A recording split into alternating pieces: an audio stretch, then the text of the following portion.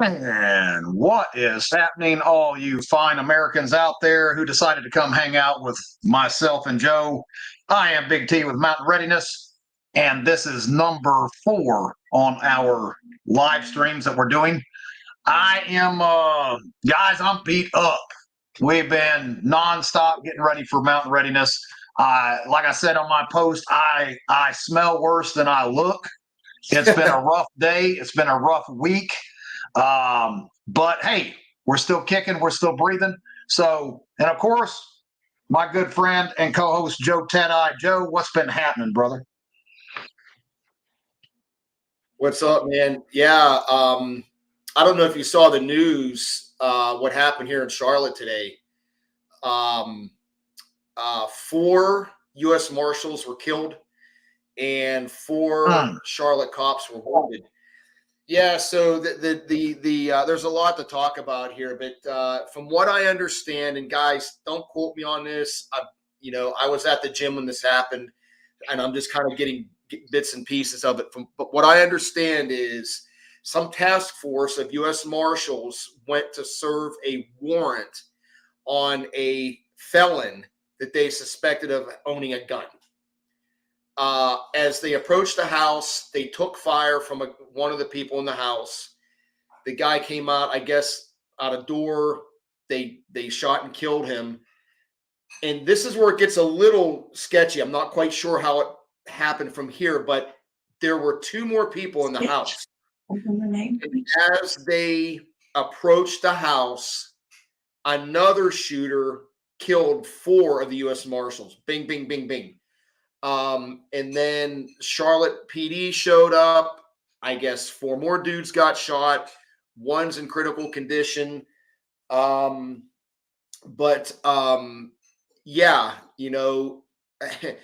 and look, I'm just going to be totally honest with you, man. Like I am, and I'm not saying this because I want to say it, but I have literally offered to train the Charlotte Police Department for free last year. Yeah. And they declined. It's a scary thing, man. And so I know Troy's Gate, of course, Randy, we had on here last week. He brings law enforcement in there a lot. And I'm going to tell you, with my wife being 6 years LEO with Sheriff's Department and city police, the level of training that police get is next to nothing. Disgusting. Next to nothing. It's disgusting, dude. And you know what, dude? It's so fixable. It is so fixable. I do understand, dude. It's ego. And any law enforcement people are watching, you know what? If it pisses you off, I don't care. Because I've talked to cops. It's egos. They think they freaking know what they're doing. They don't want to hear, other people's opinions. We got SWAT cops. We got this. And that's great. Your SWAT cops train 1 time a month on a weekend. Unless you're a full-time SWAT team like Las Vegas or Dallas or like I think Miami-Dade, these big budget police departments have full-time SWAT teams. These other guys are training 1 weekend a month. I'm here to tell you that ain't gonna cut it. And this is what happens. This is what happens. 100%. And police, you're talking about SWAT. Police, what is it, every 6 months, I think it is, for qualifying, once a year, 6 months, something like that. It's bad. It's bad. And the sad part is too, Joe, is that I know a ton of law enforcement officers who beg their departments to get training, and it's refused. It's refused, and it's sad. It's because, it's not in the budget. It's not in the budget. Ammo's expensive, and then here we go. This is what happens when you push that to the side. Yeah. And I can tell you right now, I can tell you what killed these guys. I wasn't there, but I don't even need to be there. I can tell you what killed them. Bad tactics. Oh, yeah. Bad tactics. No. Plain and simple. They got mowed down because of bad tactics. And I hope this rattles some cages in the law enforcement community to reach out to guys. And don't train with me, whatever. There are plenty of guys out there with really high-end experience in dealing with barricade situations and active shooters and hostage rescue that are out Yes. there. Pick them out and hire these guys, you know? Oh yeah. But it's really sad, man. It's you know, again, I'm sure all of the information is going to come out later on, but they're not releasing names or anything like that. But it's very obvious that bad tactics killed these guys. And maybe they thought, oh, it was just one shooter. We dropped them in the yard, and they rushed the house. They weren't paying attention. Whatever. I don't know. I wasn't there. And right. Boom, 4 dead. U.S. Marshals. Game over. Yes. Now it's training. Once again, we come right back to the thing that we've talked about every time we get on here. Iron out those deficiencies when it doesn't count, because you don't want to be doing it out there when it does count. This is the result of not training. Training when it comes down. Now, look, when it's time, when the good Lord decides it's time for you to come home, I'm a full believer. Right. But I'm also a firm believer in taking accountability for what you do. If you're law enforcement, you should be training. If you're SWAT, you should be training. If you're military, you should be training, because it's your job. And that's something that could have made the whole difference here. But in this world, it is sad. I cannot count on both my hands and my feet law enforcement that are begging for training right now in these areas that I live in, and they just can't get it approved through their departments. Well, that's piss poor leadership, and the people that are stopping that should burn. They should be fired for gross negligence. And if you're out there listening and you're that person, you should be fired for gross negligence. And you'll end up burying somebody sooner or later. And it just burns my ass thinking about this stuff, because I have literally contacted a dozen law enforcement agencies over the past year and a half. Literally, hey, I'll come train you guys for free. You want to do active shooter training? I got the school right down the road. I know the principal. He'll give me the keys to the school. I'll run the whole thing for you for free. Nothing. Crickets. No. Do you know what I actually do? Do you know what I was told by? I'm not going to name the PD. I'd love to, but I'm not. I was told on the phone, Mr. Teti, all of that training is conducted by competent law enforcement authorities. Right. Really? And who would that be? Mind-blowing. Oh, dude. Mind-blowing. Disgusting. Here was a real good thing. My wife, she worked for a department. I'm not going to say which one it was, but they did an active shooter. And she went in and she shot all the SWAT guys. They were all butthurt about it. And she was told that she did it wrong because she did it like she was still in the military. Oh, I'm like, what? I'm sorry, I'm still alive, and that's a bad thing? Come on. Dude, this is the problem with training with law enforcement, and even with some military units, and I saw it. You cannot, what's the word I'm looking for? You can't set up scenarios based on the way you think it's going to go down, right? It doesn't work that way, right? It's just like CQB. You can't just say, well, you're going to go right, you're going to go left. Dude, it doesn't work that way, right? You can't dress rehearse that stuff. You need to know how to do it.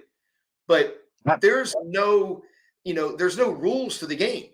I don't know this guy that just killed these 4 marshals, where he was shooting from, a window or whatever, or through a door. I don't know. I'm sure that'll all come out. But, the bottom line is, poor tactics, I can guarantee you, is what killed these guys. It wasn't their shooting. They probably didn't get a chance to.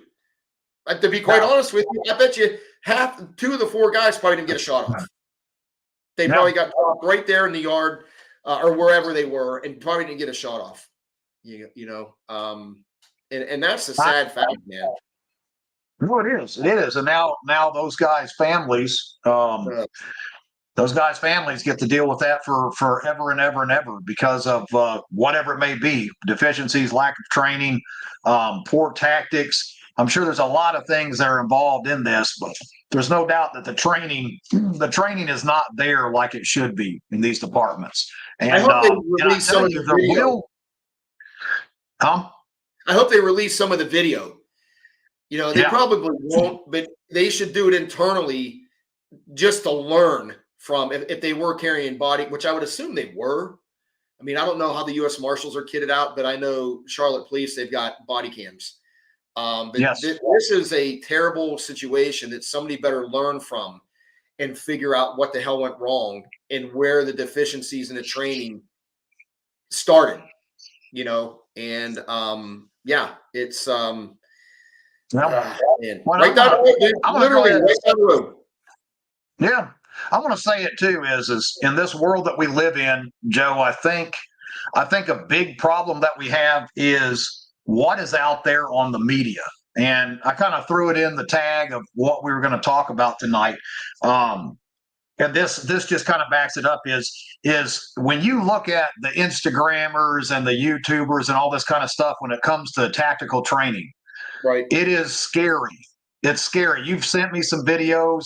They're everywhere out there. But look, guys, this show here in the next month, we're going to be doing a lot of cool stuff on here. We're going to be doing real world stuff from people who have taught real world shit. All right. I do not talk about tactical training because I'm not an ex-operator. That's why Joe's here, guys. I've got my area that I do. Joe's been doing this for over 20 years. And so I never want this live stream to end up what some of these other shows are. Let's be honest here. If you are the guy that is throwing a magazine up in the air and catching it with your mag well and racking it off your flip-flop and banging steel, I don't want you on here. Okay? Because that's the crap that gets people killed. I don't care how cool it looks. It's got its place, I guess. But look, that's 5 minutes of my life I can never get back for useless shit that will never help me whatsoever. You know what, dude? Let me, and for those listening and for those that'll watch this later on, let me give you a couple examples, okay, of what Bob just said. Real world examples. Okay, so you'll see guys on these YouTube channels with a carbine, right? M4, bah, bah, bah, bah, bah, shooting a 30-round mag and do a speed reload on a carbine. Dude, in 9 years in Afghanistan, you know how many times I did that? Right? Zero. When in the hell are you going to be dumping an entire mag on an M4 and have to do a speed reload? I mean, come on. Where are you at that you're shooting that many rounds, right? And I was in some pretty shitty situations where there were bad guys all over the place, and I never had to do that. There's one example, right?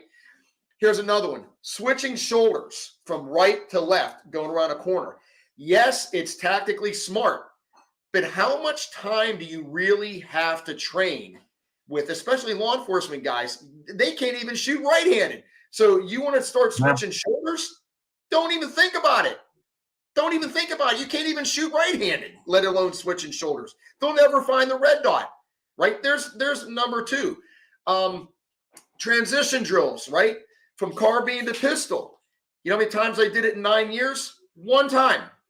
And I was actually kneeling behind a wall and I did it. So I'm not saying that you shouldn't practice some of this stuff, but in reality, you've got to prioritize what you're actually probably going to do, right? All this other shit is fluff. Look how fast I can shoot. Look how fast I can do a mag change. Guys, that is not tactical reality, so to speak. It's just not.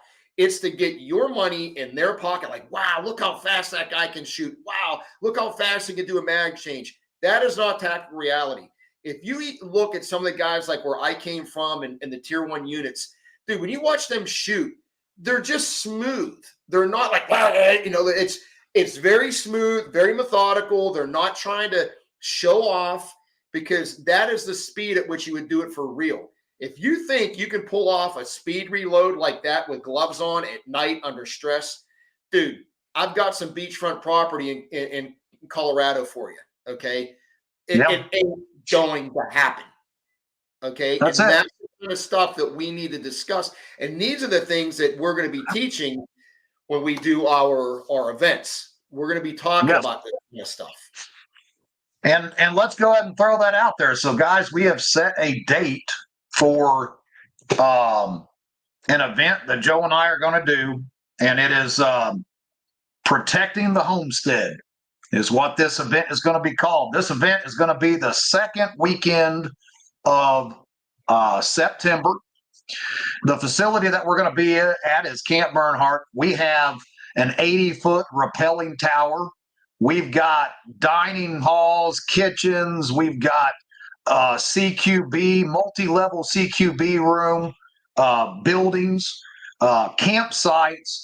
And this is going to be focusing on your inner circle, your tribe, that inner tribe, the family unit. Because at the end of the day, the one that's really got to have your back is your loved ones that reside in the home with you. If you've got a wife and you've got your children, you have got to be of sound, strong mind. You've got to be resilient, and you've got to be ready for hard times to come. And so this is this event we're going to be putting out. We're going to have flyers at Mountain Readiness. Those are being printed right now, but it's going to be off the hook, guys. And training is what it comes down to. You need to train with your loved ones. Last thing I want is, one of my loved ones accidentally popping one through the back of my head because there was no training there. And there's something to be said too, Joe. All the years that you've got training, you see these videos of law enforcement that are just, what was one here a while back? They dumped like 300 or 400 rounds into that guy's car or something. They don't have the mental preparedness like we were talking about with Randy on Troy's Gate. When the bad stuff happens and you're all hopped up on adrenaline, that trigger finger, it doesn't know when to stop.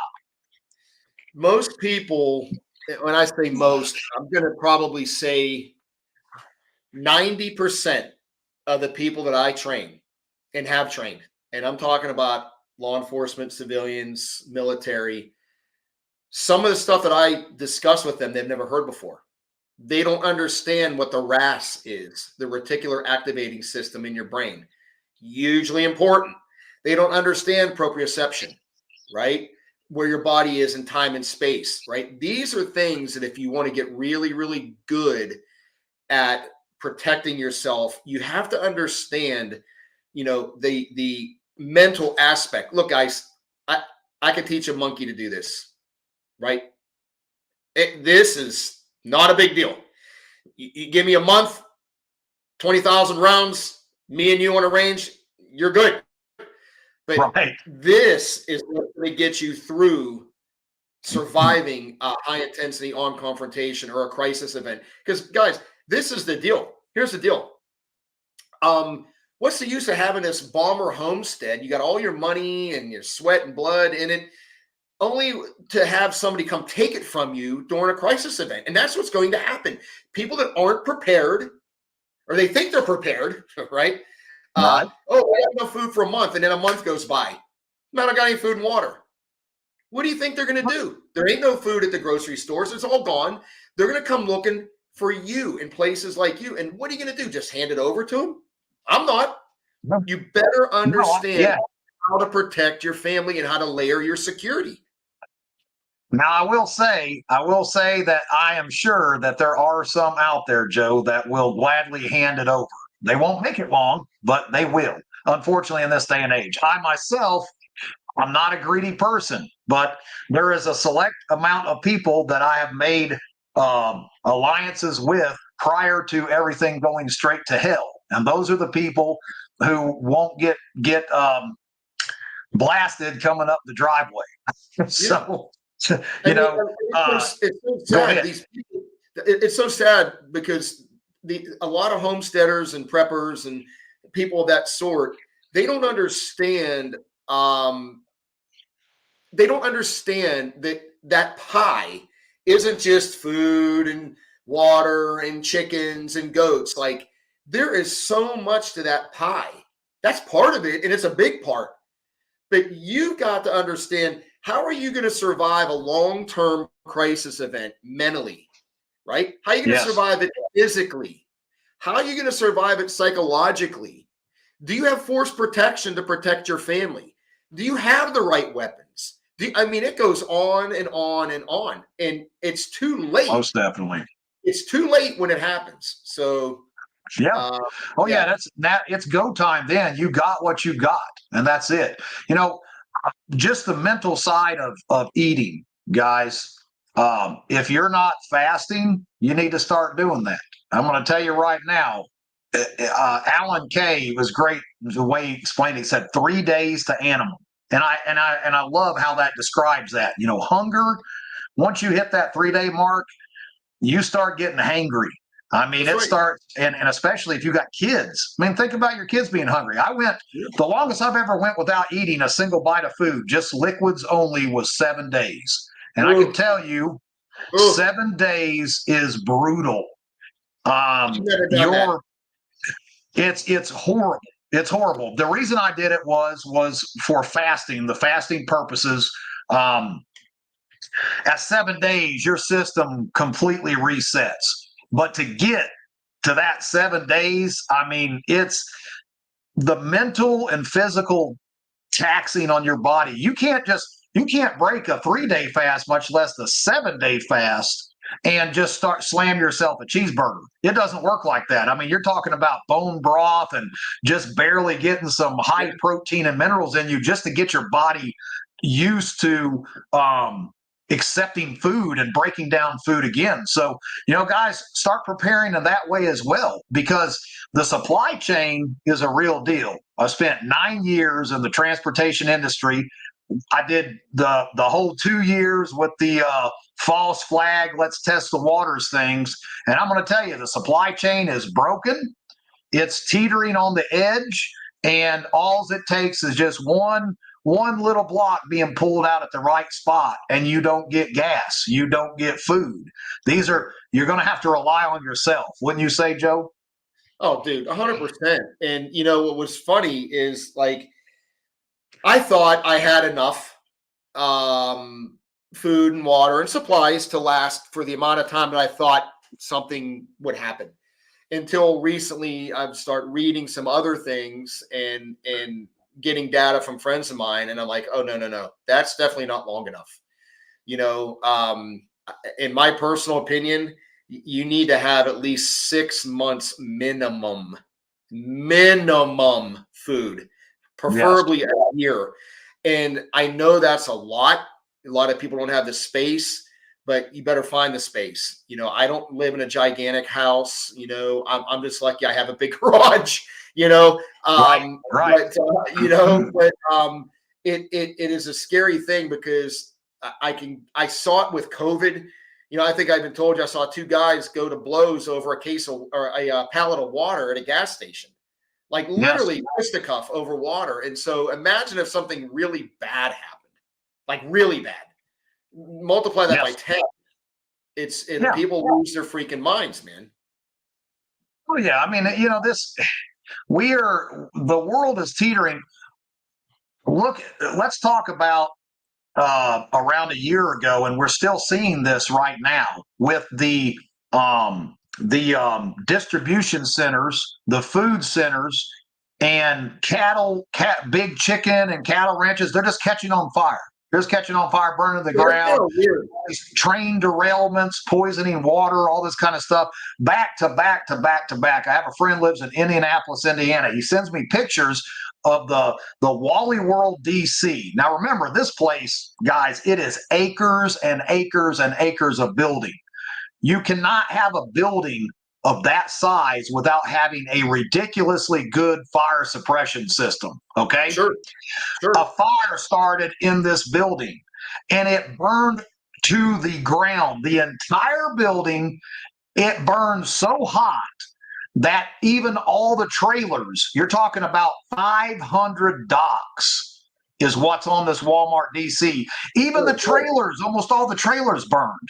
Now you're telling me this fire suppression system, top of the line in this place, it didn't handle it? And then there's like 20 more that all went up in smoke just last year. We're still seeing that stuff going on right now. Now, guys, you can tack it up to coincidence. You can chalk it up. Yeah, it's just a coincidence that all these major hubs that supply all your food and stuff just went up in smoke. But I'm going to call BS on it. Just what it is. Yeah, man. I'm not a person that believes in just happenstance. One's not a big deal. It's kind of like surveillance. 3 strikes, you're out. 1 doesn't mean anything. 2 coincidence. 3, yeah, something's shady. If you've seen that person 3 times over time, and just following you. So, I agree with you, man. It's very scary. I was telling somebody the other day that they're like, well, I'll just wait. Like, wait for what? Wait till the whole freaking roof falls in on your dumb ass? Like, dude, you're going to be with the other 80% out there waiting, running to the gas station, running to Walmart, running, and I'm not running anywhere. I sleep good at night knowing I have my insurance. I call it my insurance, right? It's cheap insurance. I don't say cheap because you and I both know to be truly prepared, it's going to cost a little bit of money. And look, we're blue collar guys. We're not rich. You just build it and build it and build it and build it and build it. And in a year, you should have enough stuff to sustain your family, especially if you go hunting and fishing. Stock your damn freezer up with venison. Yes. Yeah, and here's something else to throw in here, guys, is that, look, you can get out there and you can spend a small fortune when it comes to freeze-dried foods and MREs and all this kind of stuff. But let's put it this way. Let's think about this for a second. How much food should you have on hand to handle shit hit the fan scenario, whatever it may be? Well, the answer, guys, is whatever your pocketbook can handle. If you don't have a bunch of money, then go get you these 5-gallon food grade sealable buckets and pack those suckers full of beans and rice. Get your peanut butter. Hey, look, I'm going to tell you right now, peanut butter is horrible for you. Okay. All kinds of bad stuff, hydrogenated oils, all this. But if you're starving to death, it'll keep you alive. And if that's all you can afford, if all you can afford is beans, rice, and peanut butter and whatever staples you can get a hold of, then roll with it, because it's better than starving to death, guys. If you can, now here's the other side of this, and tell me if I'm wrong, Joe, because here's kind of where I'm at in life. We're not rich, but I've done okay for myself because I've worked hard. And anybody that knows me, man, I quit school at 14. I got no college degrees. I'm not proud of it. Got a GED I went back and got when I was like 19 just so I could get a job. And even though I've been working all that time, but at the end of the day, I have been preparing to take care of my brothers and sisters who are not as fortunate as I am. So look, guys, if you're sitting on millions, think about your people. You can't take care of the hill up here and the driveway and the 40 acres over here and the 67,000 acres of game land and plant the garden and tend to the chickens and all this by yourself, even your family. There is such a thing as strength in numbers. Make sure you prep, if you can afford it, to support your tribe, not just your inner circle, but your extended family. All right. Because, hey, if I can support 10, 20 people, I'm way better off than just a couple of me sitting here trying to hold down the fort.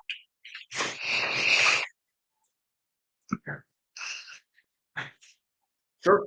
Yeah, there's strength in numbers for sure when it comes to, a crisis event, and it's just finding those people and understanding that they think like you, because what you don't want is to be that guy or girl and started telling people, oh, because the word prepper is like not a real, like, it's not a bad word. I mean, it's not a bad word to me, but you say it to some people and it's kind of like, it's got a kind of negative connotation to it. But having people in your tribe, like you said, and I have a few, we have a few, that if it really goes bad, we can fort up, and there are strength in numbers, because what will happen, and I've seen it in other countries, other people will get together and they're like, hey, we're going to go pay this guy's house a visit right down the road. And I guarantee you, he's got stuff in his garage. Well, okay, go ahead. It's probably not going to turn out well for you. But, one thing I will tell you, and this was in one of the things we will teach at our events is, how do you strengthen your fort? And guys, it's not expensive. Okay. Like, you can literally go out and buy 10 solar lights at Walmart for $100. How do I know? Because I've done it. I have it at my house. My entire house is lit up at night. I've got signs that say how, and I do have cameras, and guys, cameras aren't expensive either. You can get wireless cameras. I bought 6 for, I think, $300. Right? So, I mean, you're not talking thousands and thousands of dollars. And these are the layers of security you need. Some lighting, some signage, some cameras, some firearms. Like, you don't have to be, like Bob was saying, a multimillionaire. If you are, great. But you don't have to be to have some semblance of security and safety at your house. You don't need millions. A couple $1,000s will get it done. And if you happen to have that millionaire friend, talk to him and say, hey, if you're going to buy that kit right there, go ahead and throw 3 or 4 more in the cart. Because look, there ain't nothing wrong with having friends when stuff goes south. So it looks like Navy 95. Go ahead, Joe. It's a funny. You just maybe remind me of a funny story. I'm not going to say who this is because I do respect the guy. And the wealthiest person I know. Very, very smart businessman. Very generous man. And I got an opportunity to meet this guy and kind of hang out with him for a little bit. And his business does over $1 billion a year in revenue with a B. Okay. Nice. Stupid money. Yeah. But one time I was at his home and we were talking about guns, and I said, do you own any guns? He's like, yeah, man, I've got a pistol in my nightstand. I said, what do you got? And he's like, it's a Glock. I said, let me see it. So he reaches in his nightstand and takes out this 40 cal Glock. I go, dude, awesome gun. Take out the magazine, had 9mm rounds in it. Oh, wow. And here's a dude that could piss away $1 million and go completely unprepared. He has nothing at his house. Got this huge house. There's no cameras, like he has nothing. Exactly. And I'm like, dude, I don't know. I don't know how far behind the power. So we got a little light shedding here. We got Navy 95. He's saying that he lives there in Charlotte and he's got some info. He's saying that, let's see here, there's a distinct reason why he was able to tag a bunch of guys once the initial officer, the marshals went down, the CMPD officers got there. We're concentrating on rescuing those guys. And let's see here, putting themselves vulnerable, putting themselves in a position to be hit as well. And it looks like, let's see, Specky had a long gun of some sort, not 100% sure what it was. So, yeah, guys, I mean, look, long gun is called your primary for a reason. Long gun's the way to go, man. If I've got a rifle, pistols are great, but only because they're concealable. When it comes down to it, that's last case resort. No doubt. I wonder if the marshals had long guns. I'm betting he had an M4. Right. Something, and again, here it's going to be, those black guns, they're going to run like crazy, that freaking thing. But Again, Always. I wasn't there, but you got down mandrills, right? Yep. And there's when things start going bad, they go exponentially bad. The curve doesn't go like this, guys. Look, it goes like this, right? I've seen it. Yes. And so I don't know the tactics that they used, if they were, these guys are moving to try to close the distance and get the guys that were already hit, were they using cover? Was there even cover? Like again, and there's a thing called tactical patience. Yeah, you got guys bleeding out, but now you got more guys bleeding out, like that. So this all goes back to tactics and how do you deal with a situation like that?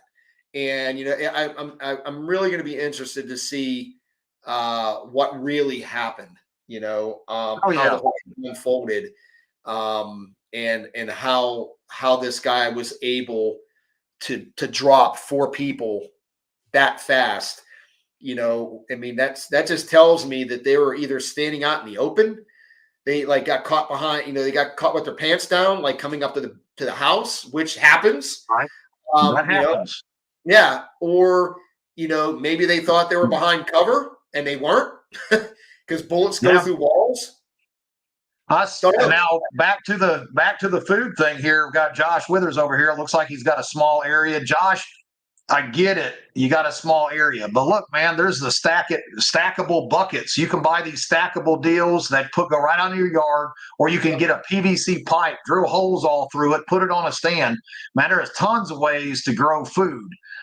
We know people that a half an acre, they don't even go to the grocery store. Now, I'm sure you don't have, a half acre, it sounds like, but guys, think long-term sustainability, use whatever you got. I do not have a pretty lawn, guys. I'm going to tell you right now, my lawn is full of all kinds of, I call them weeds, but they're not. They're herbs. I do not spray my lawn. I do not fertilize my lawn or anything else, because that is food. So if you are looking and you are striving to have a perfectly manicured lawn, don't get me wrong, it's gorgeous. I've always enjoyed cutting grass and making the lines even up, crisscross, all that stuff. But at the end of the day, those lines don't mean crap if I'm starving.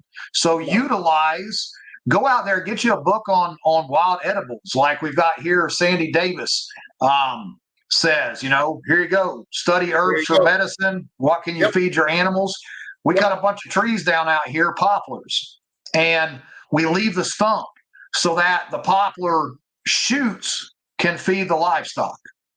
It's a replenishing food. I don't have to do anything. They do it for me. So I leave all my stumps. The shoots come up. The animals eat them down. Free feed, guys, right there. Yeah. So, And Sandy's absolutely 100%. Right.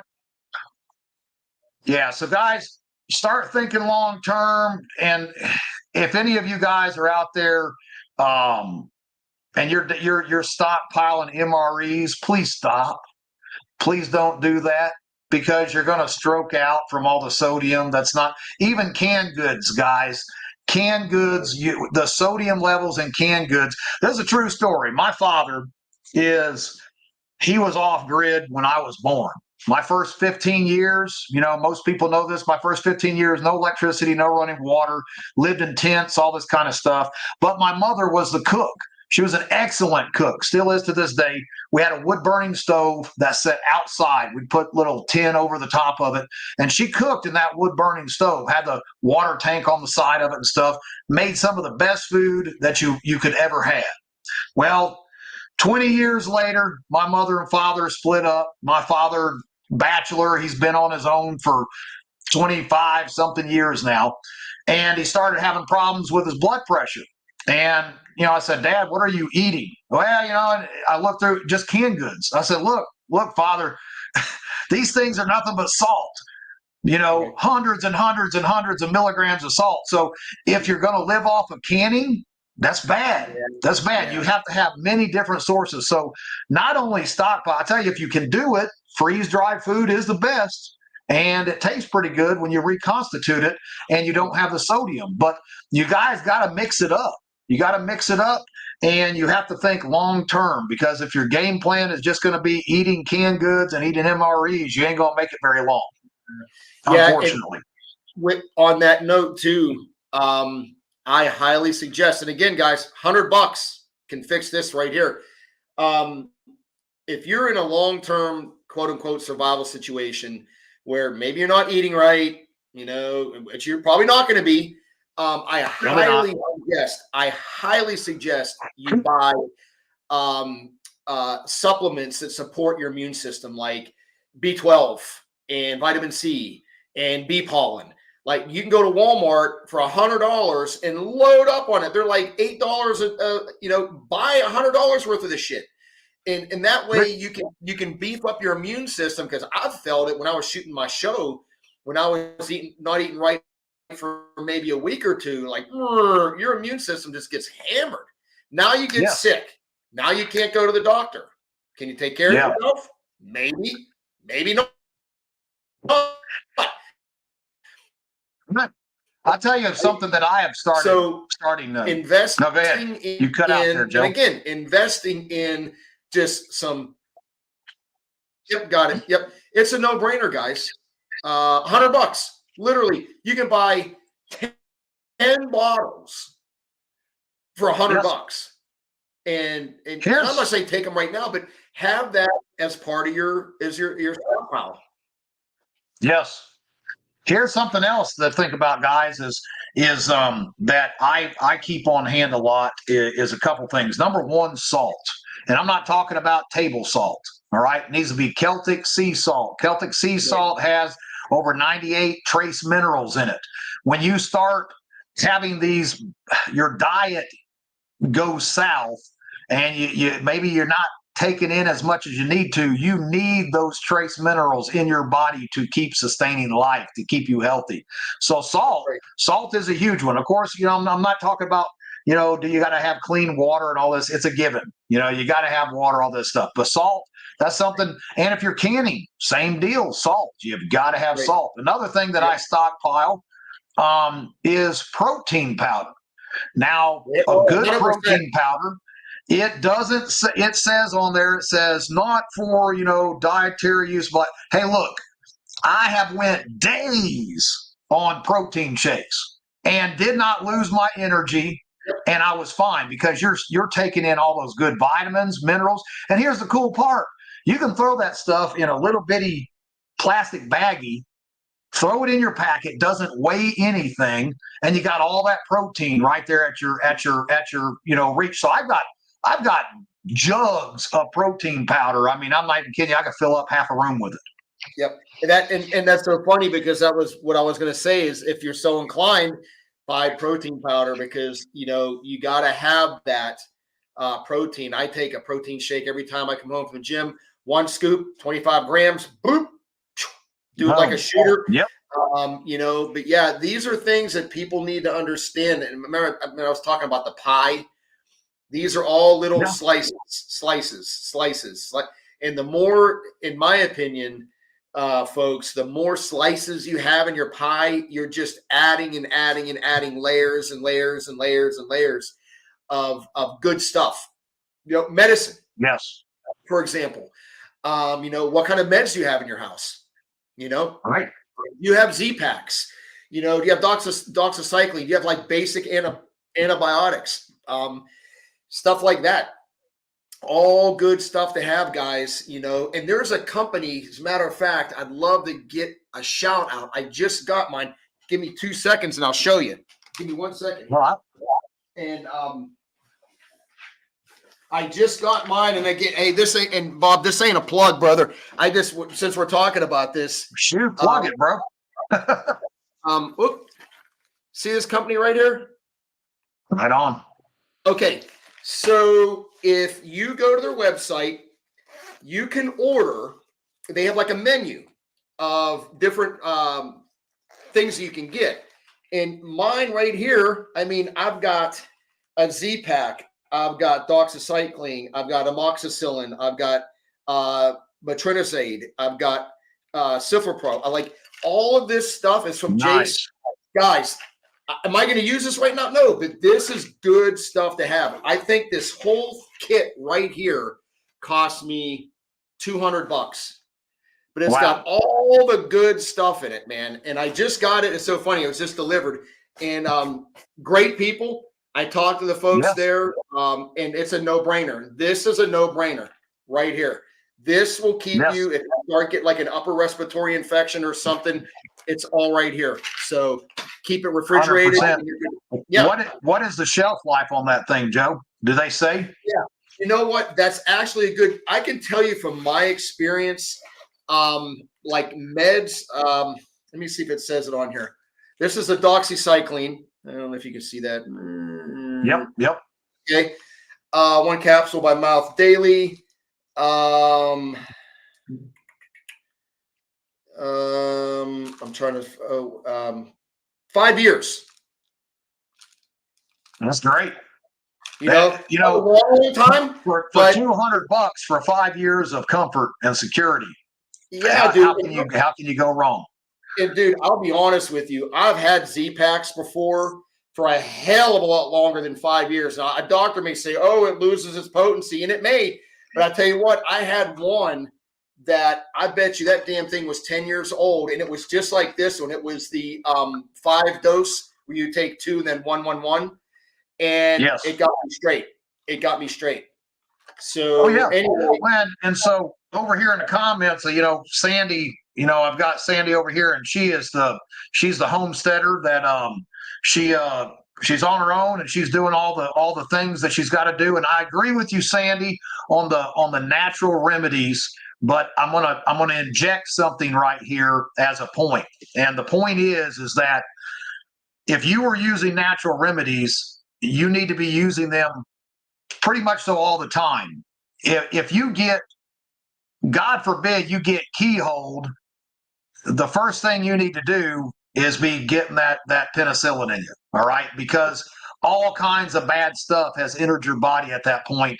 And unfortunately, as much as I don't like to jump outside the realm of natural remedies, those times like that, you need to, especially grid down scenario. If you do not have penicillin and things like that, and yes, all the natural remedies work great, but you are putting yourself at risk of catching a bad infection, i.e., you die.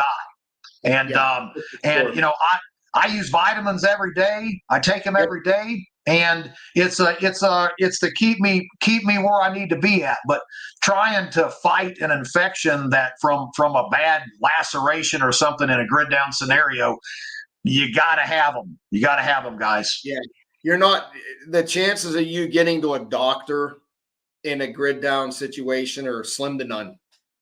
I mean, you have to look at it like, no, you're not going to get it. You're not going to get medical treatment. And, I think it's important that you can I don't want to say self-medicate. That's not a good word, but like you need to have some basic, stuff like this. Again, it's an insurance policy. That's it. You know what I mean? I think it's a very, very good idea. And this company, just an FYI, you can go on their site and they've got a menu. Like, I want one of these and one of these and one of these and one of these. And it's like ordering food. And you have to go through and you're wondering, well, how did I get, prescribed? You have to talk to a doctor.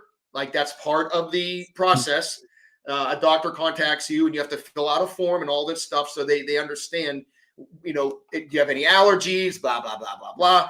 But very, very cool company. They're doing great things.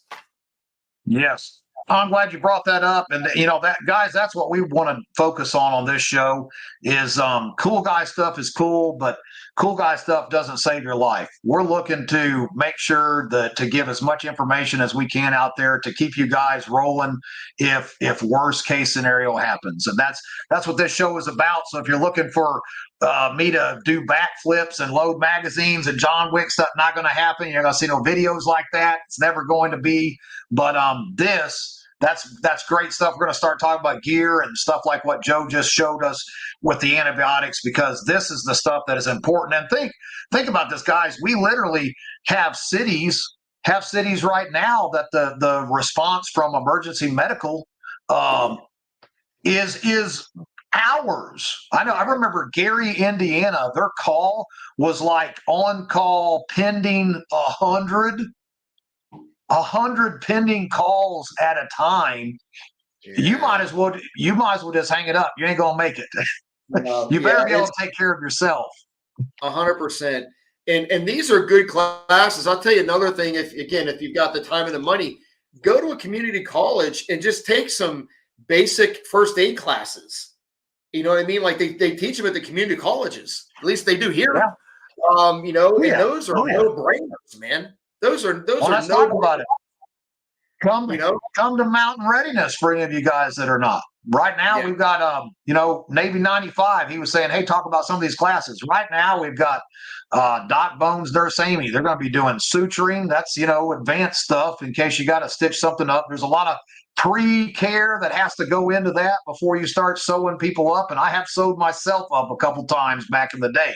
It's not pleasant. But at the same time, come to Mountain Readiness, get this training in, get this knowledge. There's going to be all kinds of stuff, everything that we've got going on at this event coming up and our event coming up in September, that second weekend, the 13th through the 15th, is going to be real world training. This is stuff that you can use today or you can use if things go south. Whether it be raising livestock, whether it be being able to take care of yourself, health and fitness. I mean, all these things play a part. The healthier you are, I was talking to Wes Hightower. You remember Wes from Gray Zone Activity at the class. And he does a great class, him and Mike Shelby with Forward Observer. And he says what is the number one thing that you can do to prepare for a grid down scenario? He said, don't be fat. Then be healthy and take care of yourself the best you can. And I'm working on that myself right now, guys, because a healthy body going into a hard time, you're going to do a whole lot better than if you're struggling. And I get it. It's medical stuff. We're not here to point fingers and make people feel bad about themselves. What we are saying here is if you have any way to make yourself a healthier, better you probably should start doing it now. That's right. Yeah. One of the things too, and I was telling Bob about it, and he knows these people. And again, I want to give them a plug as well, because I didn't even know that these devices even existed. And we're going to have a few, not at the May event, but the September event. There's a company out there called EMP Shield, and I've spoken to these people. It's a veteran-owned company. I actually had a conversation today with one of the guys, and they're going to be sending us some devices. But guys, this company makes devices that you can actually put in your car or truck or your house or your RV or your solar charger that will prevent an EMP blast from frying your electronics. And it is the way they explained how this worked was amazing.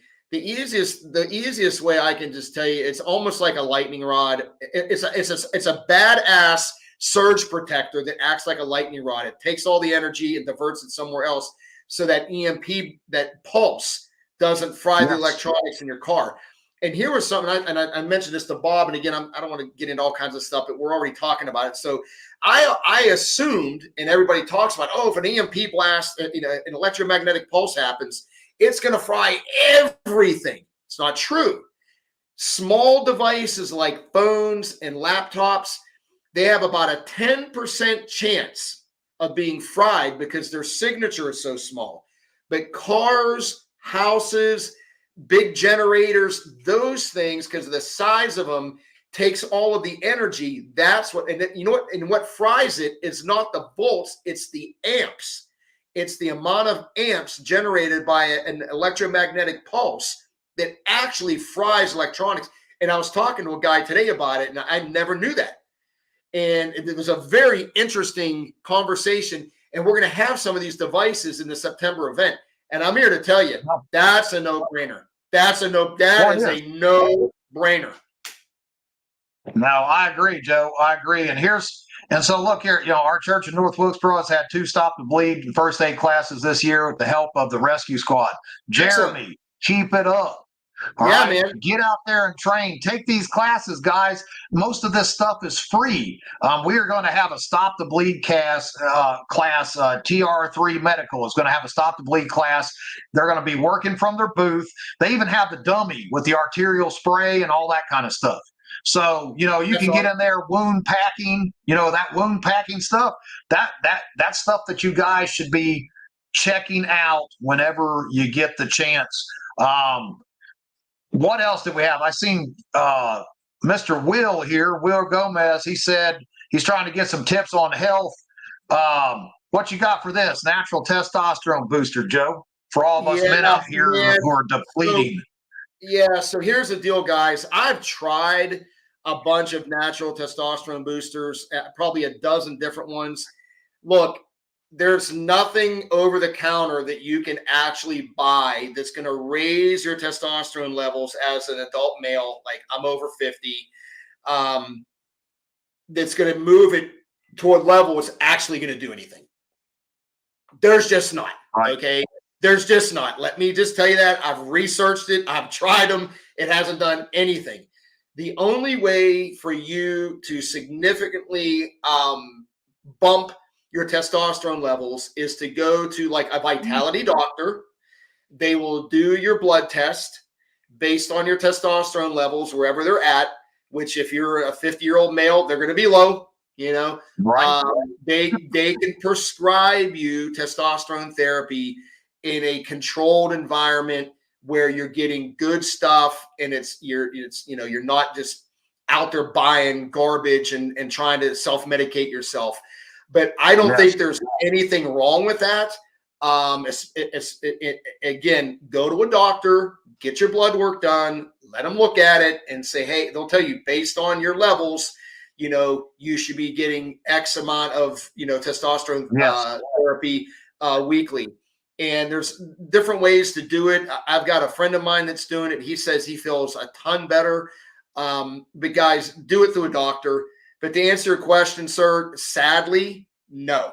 There's really nothing that's going to boost it, 100 points. And let's say not when it comes to pills or injection, pills or over-the-counter stuff. I will say, and I'm sure you will agree, Joe, is that number one thing to boost testosterone is exercise. Oh, 100%. Yeah. 100%, guys. You want to boost testosterone, you feeling sleepy and groggy and tired, and you don't want to, you're not a lot of motivation and stuff. You got to get that blood pumping. That's number one. Number one is exercise. You want to boost those testosterone levels. That is 100% correct.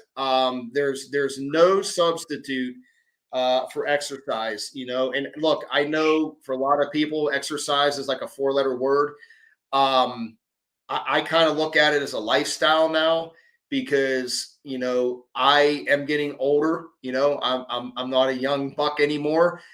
Matter of fact, I just hurt my back on Saturday and I'm still hurting. So I gotta, be careful for injuries, but I work out 5 days a week, I swim and I do a little bit of this, a little bit of that, but it's a lifestyle, guys. It's a choice. You can sit on your couch and watch TV for 5 hours, or you can go for a walk. Walking's great exercise. Speed walking, low impact. I mean, you don't have to go to a gym. It's good if you can, but there's a million other things you can do. You can go train with Joe. Yeah. Right here, August 2nd through the 4th says WETC course. Yeah. Now you're getting exercise, real world training from real world people right here. So turn YouTube off. Hell, turn us off. Turn this off. Go see Joe. Go for a walk. But it's true, dude. It's true. But people make excuses, and that's fine. Just understand there's consequences with that. And like you just said, you made a very, very good point.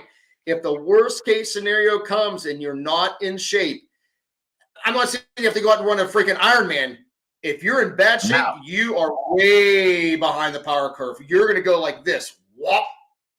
You're done. That's it. Everything's harder. And I put on we're going to wrap up here, but guys, my last job, three years sitting on a desk just about ruined me. I went from 220 to 300 pounds. I'm now back down to 260. Starting to feel good again, starting to get that motivation. Dude, I'm going to tell you, it is a game changer. And the health side of it is huge. And so not just the health side, but man, when everything goes downhill, you got to be at your best. There's a reason that your tier 1 teams are in tip-top shape. Not only are they in tip-top shape, they have their own books, their own doctors, their own exercise people, because to keep them at the optimum level of performance, we got to do the same for ourselves. Lead us out of here, Joe. What you got to wrap us up, man? Yeah, man. Hey, if any of you guys are around this coming weekend, definitely try to get to Harmony, North Carolina for Bob's event. And I'll be there. I'll be there with a friend of mine, Brian, and Survival Gear. And there'll be a lot of cool vendors and just good people, man. I just like being around good people. You know what I mean? It's good energy. I love it. I just absorb it, 100%. So if you can make it.